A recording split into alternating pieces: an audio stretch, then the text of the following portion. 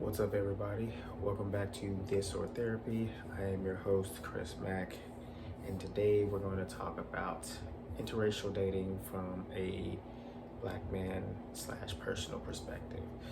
So, it is 2023, and dating interracially is more common, right? More common. We see it nowadays. We see it more in commercials. We see it more in our media, and we see it more just in our everyday lives.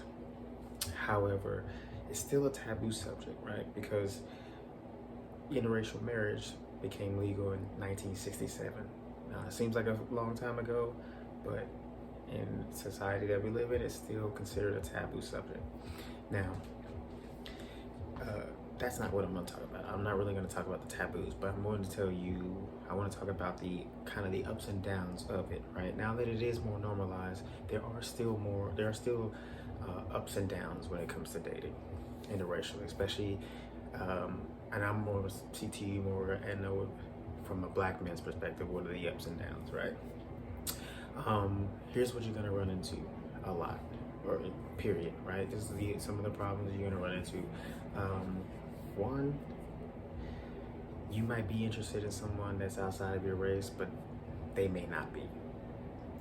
That's an issue when you date interracially. If you like let's say you're a black guy, you like white women, not all of them like black men. It just is what it is, right? And that's not necessarily a racial thing, but it's a behavioral thing, right? Most women date men who are similar to their fathers, right? And who are white women usually raised by white men. They're raised by white fathers, so therefore they're going to be attracted or more drawn to someone who looks like their father. White man is what it is. That's just something that you're gonna have to consider when you're dating outside your race, and that goes for Latinas, goes for Asian, any race across the board. Most women date men that look like their fathers. So if you don't look like her dad, probably gonna have a strike against you in that. Again, that's not a racial thing. That's just human nature. You go with what's familiar to you. Another thing you have to worry about is period. Across the board, especially as far as dating apps, they did the data. Most men, or the most men that seem the most attractive, is white men. That's not my opinion. That's just simple fact. You can call it racism, or you can blame it on anything. I blame it on colonization, because you got white people across the world that were trying to take over, and that's kind of in the culture of almost everything across the world. The lighter the skin, the bigger the prize. Is how it's just seen across the board. Not the world that I believe in, but it's the world that we live in. So that's something you're gonna have to run into. Again, a lot of places, some countries and things of that nature just don't see you as, but most women won't see you as a prize or as somebody, they should shack up with because of your darker skin. It just is what it is. You can't get upset about it. You just gotta live in that world, and just know that that's a stigma when you're trying to talk to somebody, especially American white women. That's just something that you have to have in the back of your mind. Another thing that you have to run into is differences in culture, right? So you, especially born and raised in America, if you're a black man in America, there's certain cultures that we have that other cultures just aren't familiar with, right? So that's something that you got to recognize when you're dating interracially. How if someone knows the culture, how deep they are in the culture, how your cultures can clash. You know what I'm saying? If you come from, if you're dating somebody that's in the Latin culture, how they may clash with your African American culture. That's just one of those things that you have to think about. Another thing, they may not understand your culture. You're gonna have to be doing a lot of education, teaching things. Certain behaviors are gonna be an issue. Another thing, you gotta watch out for fetishization. Fetishization is a thing, especially as black men. You're gonna get fetishized a lot, right?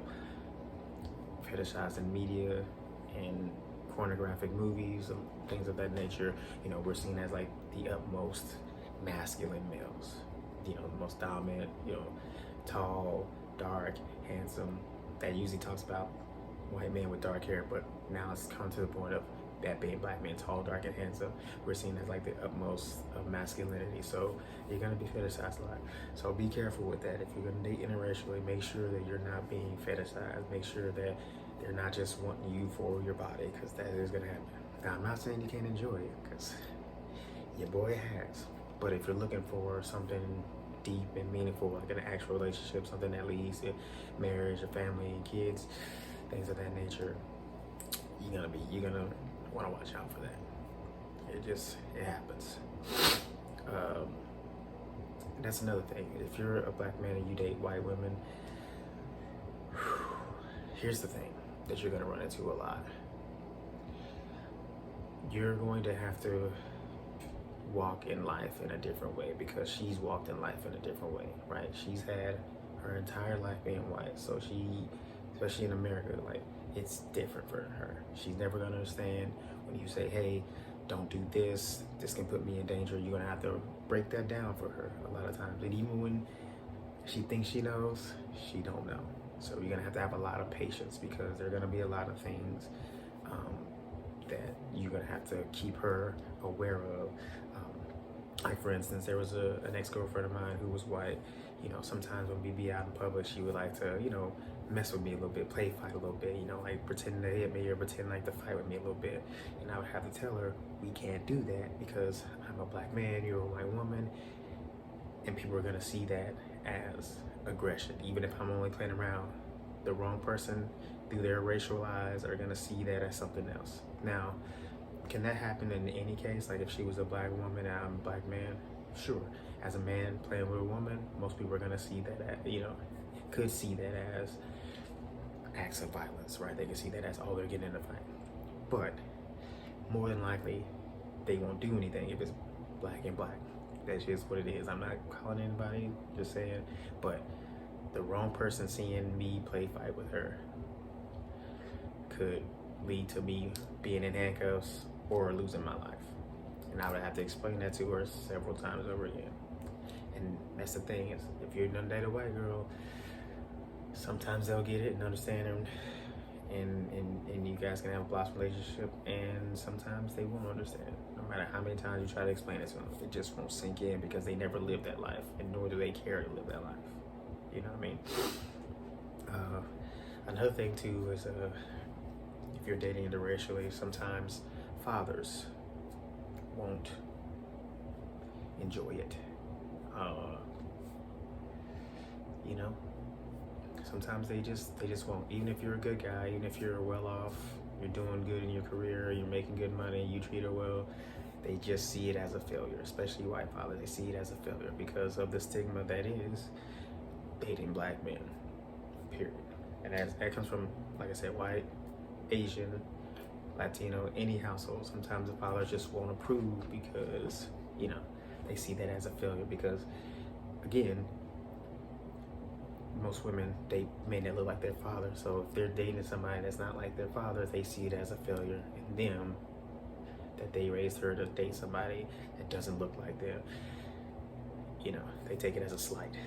Now, does that necessarily mean that they won't ever support the union? No, that doesn't mean that they won't ever support the union. Some may not, but a part of them, it's gonna take you a little bit more work for some fathers for you to get in there and like see them at, you know, for them to see you as a good person or a good guy, like get past their own ego and see you as like a good person that makes their daughter happy and treats her well and is gonna give her a future. Now, I did some of the negatives. Let's talk about some of the perks. Some of the perks is you get to learn new cultures, right? If you've never dated an Asian girl before, now you're dating an Asian girl, you get to learn some new culture. You know, Latina, white, if you don't know, if you've never been around white people before, you get to be immersed in some culture.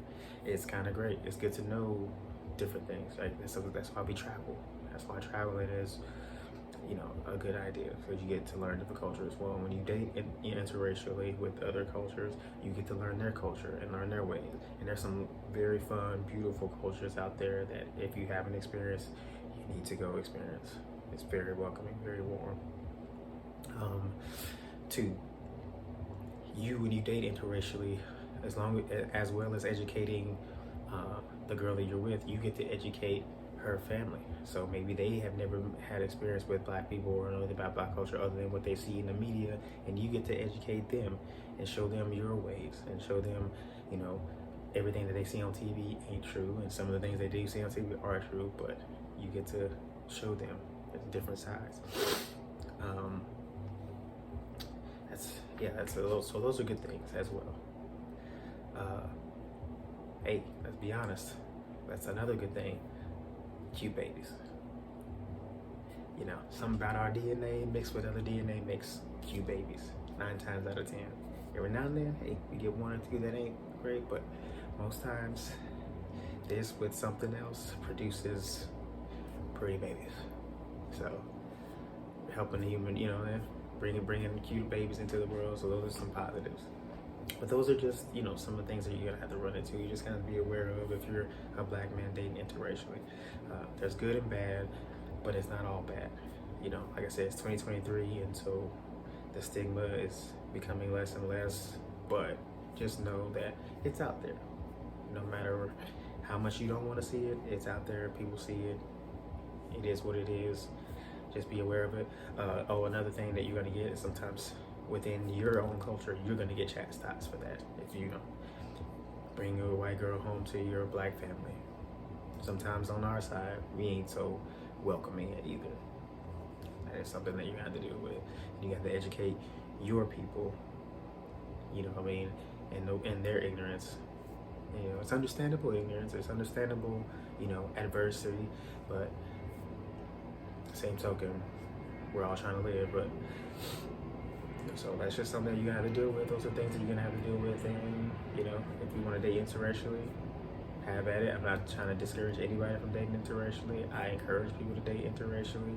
I know we're supposed to be Black power, stay together, things of that nature, but at the end of the day, we're all the human race, and where you find love is where you find love. You shouldn't let anybody make you feel bad about it. All right. Well, that's it for today's video. Like, comment, subscribe. I'll see you guys on our next one. Peace.